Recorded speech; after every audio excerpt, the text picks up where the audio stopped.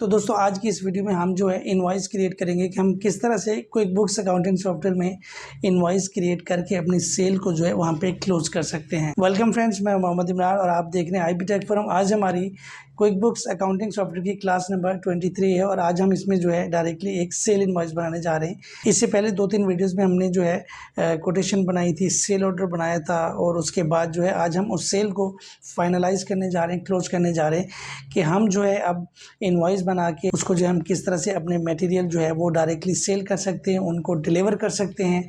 और ये सारी चीज़ें आज जो है हम इसमें समझेंगे।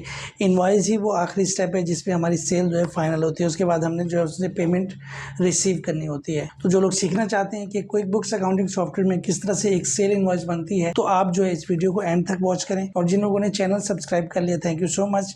और जिन लोगों ने अभी तक चैनल को सब्सक्राइब नहीं किया तो वो इसको सब्सक्राइब कर लें, बेल आइकन प्रेस करें ताकि आने वाली वीडियोस की अपडेट्स आपको मिल सके। तो चलिए हम अपनी वीडियो की तरफ चलते हैं।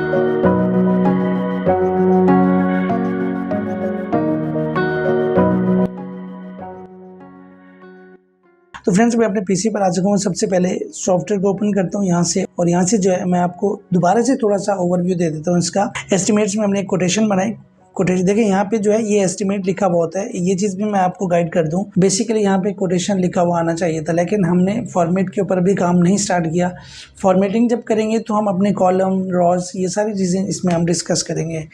तो यहाँ पे हमने जो कोटेशन बनाई है उसके अगेंस्ट अगर डायरेक्ट मैं सेल इनवॉइस बनाना चाहूँ तो जा सकता हूँ, लेकिन इसके अलावा अगर हम सेल ऑर्डर में चले जाएं, सेल ऑर्डर में जाके डायरेक्टली अगर मैं इनवॉइस बनाना चाहूँ तो बना सकता हूँ उसी सेल ऑर्डर के अगेंस्ट। लेकिन हम इसमें जा रहे हैं डायरेक्टली होम स्क्रीन से, ये ऑटोमेटिकली पिक करेगा। तो मैं इसके ऊपर क्लिक करता हूँ। जैसे ही क्लिक करूँगा तो यहाँ पे जस्ट मुझे कस्टमर सेलेक्ट करने की देर है और हमारा जो डेटा है वो ऑटोमेटिकली इसमें फैच हो जाएगा। तो समद अली के ऊपर मैं क्लिक करूँगा तो बोले create invoice from estimate, create invoice from one और मोर सेल्स ऑर्डर्स। बोले एस्टिमेट से बनाना चाह रहे हैं, सेल ऑर्डर से बनाना चाह रहे हैं। तो यहाँ पे जो है वो इस तरह से इसको शो कर रहा है, उल्टा इसको शो कर रहा है। उन दोनों चीज़ों का इनवॉइस में बता रहा है और उन दोनों चीज़ों में इनवॉइस का अलग से फीचर आ रहा है। तो यहाँ पे मैं बोल रहा हूँ सेल ऑर्डर के अगेंस्ट जो है मैं बनाना चाह रहा हूँ। तो इसी तरीके से एक और विंडो हमारी ओपन होगी। मैं इसको जो है यहाँ से टिक कर दूँगा। टिक करने के बाद अगर मैं इसको ओके करता हूँ तो बोले create invoice for all of these cells order. तो मैं बोल रहा हूँ यस, ठीक है। और यहाँ पे हमारे पास जो है जितने भी आइटम होंगे सेल ऑर्डर में वो सारे यहाँ पे फैच हो जाएंगे।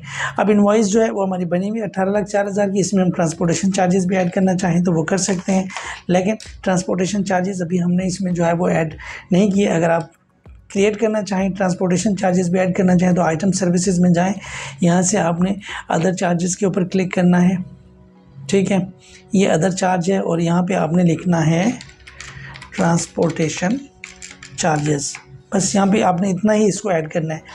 ट्रांसपोर्टेशन का जो अकाउंट होता है वो आप लिंक कर सकते हैं कॉस्ट ऑफ गुड सोल्ड, ठीक है। तो यहाँ पे मैं इसको क्लिक करता हूँ। अब अगर मैं डायरेक्टली इनवॉइस में जाऊँ तो वहाँ पे जो है ये सारी चीज़ें दोबारा से कर सकता हूँ। Create from sale order all of these items, और यहाँ पे इसको जो है create invoice for selected items. फ़िलहाल मैं जितने भी आइटम है सारे इसमें इंक्लूड करता हूँ। यहाँ पे ट्रांसपोर्टेशन ऐड करता हूँ, अदर चार्जेस, ठीक है।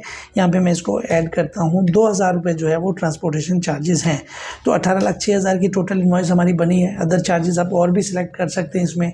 तो यहाँ पे फ़िलहाल जो है मैं इसको नॉन टैक्सेबल करता हूँ और यहाँ पे मैं इसको सेव एंड क्लोज के ऊपर क्लिक करता हूँ। तो बोला you have change Samad Ali sales tax code.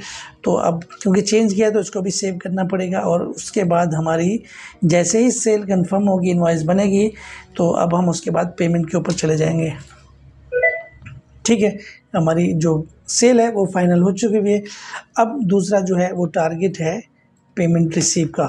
ये हम नेक्स्ट वीडियो में समझेंगे, क्योंकि उसके साथ हम डायरेक्ट सेल के ऊपर भी जो है वो हमने काम करना है। तो इंशाल्लाह मिलते हैं नेक्स्ट वीडियो में। इमरान को इजाज़त दीजिए। अल्लाह हाफ़िज़।